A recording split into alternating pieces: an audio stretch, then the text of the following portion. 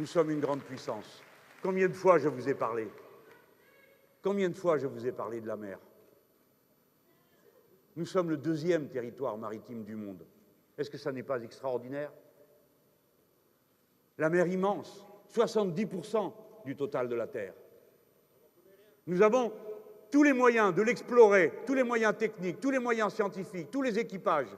De la mer, j'attends dans l'économie de la mer, en y injectant une part des 100 milliards d'investissements que nous allons mettre dans la production, dans l'investissement, car nous allons mettre 100 milliards. Les autres disent qu'ils veulent les enlever, ils ne se rendent pas compte. Le pauvre corps de la France, déjà si flasque, on est à l'os, eux, ils veulent encore enlever 100 milliards. Nous allons rajouter 100 milliards d'investissements pour rattraper tous ces retards. Et une partie ira dans cette économie de la mer, pour produire des algues dont on peut tout faire. À commencer par ça, là. Vous ne le savez pas, c'est de l'algue. Et combien d'autres choses? Prendre l'énergie de la mer. Vous voulez sortir du nucléaire, vous ne pouvez pas le faire en éteignant la lumière, vous le savez comme moi. Par conséquent, il faudra construire et fabriquer des énergies. Il nous faut 100% d'énergie renouvelable. Et pour ça, nous avons dans la mer une réserve immense.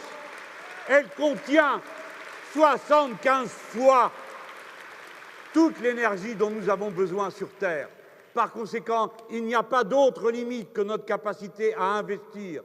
Il n'y a pas d'autre limite que notre capacité à inventer, à installer des machines éoliennes, hydroliennes. Comment se fait-il qu'au bout de ce quinquennat, il n'y ait toujours pas une éolienne en mer? Comment se fait-il que ces messieurs Macron et compagnie aient vendu absolument toutes les sociétés françaises qui produisaient des éoliennes, si bien qu'il ne nous reste plus que des CNS et un noyau de sociétés qu'on remettra au travail avec ce plan d'investissement? Comment se fait-il que nos voisins en soient capables et pas nous? Pourtant, il faut que d'ici à 2030, nous ayons l'équivalent de 15 réacteurs nucléaires. L'équivalent de 15 réacteurs nucléaires par l'énergie que nous tirerons de la mer.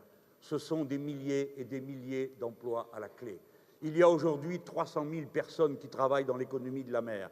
Nous avons discuté avec le cluster maritime, qui est composé de gens dont beaucoup ne sont pas du tout de mon avis, mais assez, beaucoup, je veux dire tous, hein, mais qui sont d'accord sur un point. Si on s'y met, ce sont 300 à 400 000 emplois de plus qui peuvent venir. Par cela même qu'on aura décidé de faire ces investissements. Voilà une démonstration qui vous montre comment on peut faire vivre l'économie de demain sans continuer à assassiner à petits pas la planète, mais au contraire en lui permettant de se reconstituer. La France doit montrer l'exemple. Elle doit être à la tête, à l'initiative, pleine d'imagination. Elle vient de produire, vous le verrez le 30 mars prochain, un document qui est l'équivalent de l'encyclopédie de Diderot au XVIIIe siècle, qui avait tant révolutionné les esprits. Elle va produire un document qui s'appelle les Océanides. On a mis 278 chercheurs du monde entier, de toutes les sciences, les techniques, des sciences humaines aux sciences les plus dures, comme on dit, des archéologues, des paléologues, des anthropologues, et ils ont étudié, tenez-vous bien, l'histoire de 5 millénaires sur les 5 continents pour déterminer la place que la navigation et la mer a occupée dans le développement de la civilisation humaine. Gloire à l'esprit humain, gloire à nos chercheurs, à tous ceux qui savent faire ce travail et nous projeter et nous permettre de vivre demain bien mieux encore qu'on a vécu aujourd'hui grâce à ces inventions.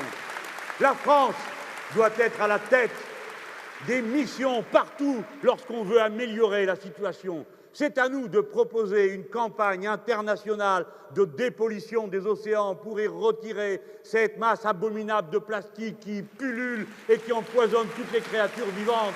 Combien de temps allons-nous supporter ça? La France doit proposer à l'ensemble de ses voisins et partenaires méditerranéens, tous quels qu'ils soient, et surtout dans le petit bassin de la Méditerranée vis-à-vis duquel nous nous trouvons, que toutes les eaux usées de tout le littoral soient collectées pour éviter que dans moins d'un demi-siècle, la mer Méditerranée, la mer des mers, la mer de tout, la mer de notre civilisation, soit purement et simplement un cloaque. Il faut réagir. Assez de déversements.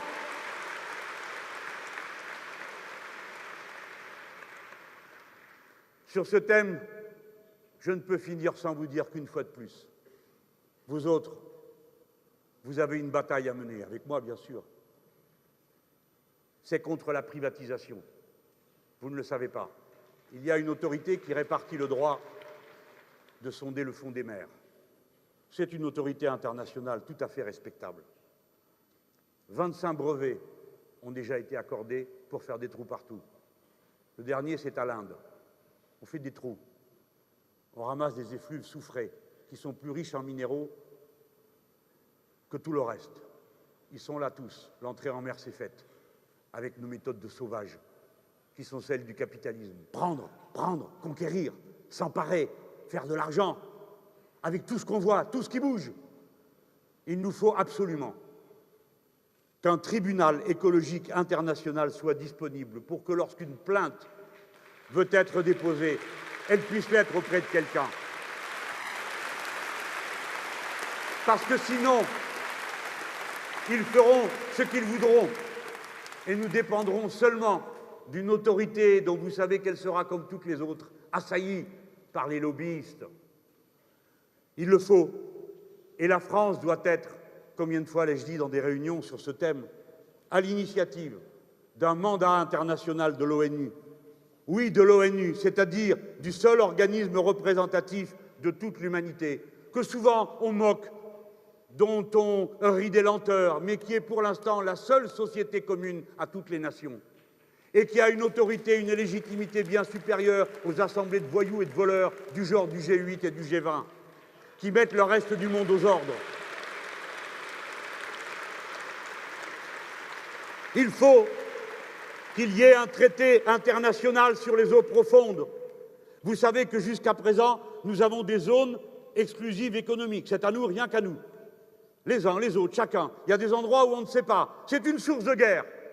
À mesure que le pôle fond, vous avez peur parce que le pôle fond, eux, ils sont dans leur bateau en train de voir qui va prendre le fond avant l'autre. Voilà ce qui se passe en ce moment. Voilà les tensions entre la Russie, la Norvège, les États-Unis, combien d'autres pays qui sont là autour. À qui est le fond? À qui est-ce qui se trouve là? Et pendant ce temps-là, nous, on parle d'autre chose. On ne sait pas que le XXIe siècle est en train de refaire sa carte sur le fond des mers et que nous sommes une grande puissance, pas pour nous-mêmes, mais que nous devons être les héros qui marchent devant et parlent au nom de toute l'humanité. C'est ça notre force. Alors, qu'est-ce qu'on va faire? Il faut qu'on ait un traité international sur les eaux profondes. Ça s'appelle en droit res nullus aujourd'hui. Ça appartient à personne. Si bien que le premier qui passe, qui prend, c'est à lui. Et celui qui veut jeter dedans, avec son gros paquebot, des sacs de poubelle, qui veut déverser dedans tout ce qu'il a dégazé de son bateau, il peut le faire parce que ça n'appartient à personne. Pour l'instant, et demain, ça appartiendra au premier qui s'en emparera. Voilà toutes ces choses dont il faut s'emparer, les dossiers qu'il faut prendre en charge, parce que dans tous ces domaines, nous sommes puissants, nous sommes forts, nous avons la technique. Je vous ai parlé de la mer. Il y a 10 niveaux d'intervention dans la mer pour aller jusqu'au fond. 10 niveaux d'intervention humaine, 10 niveaux d'excellence. Eh bien, dans les 10 niveaux, il y a des champions français qui savent traiter les problèmes. Depuis le fond, pas toujours pour la bonne idée, faire des trous, jusqu'à la surface. Partout, nous en sommes capables.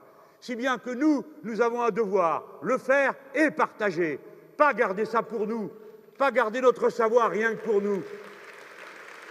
Il faut que nous ayons, comme je vous l'ai dit tout à l'heure, pour associer les pays qui, pour l'instant, n'ont pas encore les cadres ni la capacité de participer à ce nouveau grand festin de l'humanité, il faut que nous ayons une université internationale des métiers de la mer, ouverte à tous ceux de tous les pays qui veulent participer avec nous, et notamment les pays francophones, au développement de ces activités, parce que tous les peuples du monde ont besoin d'un accès à la mer, parce que tous les peuples du monde ont besoin de comprendre ce qui s'y passe pour qu'ils s'en sentent tous co-responsables.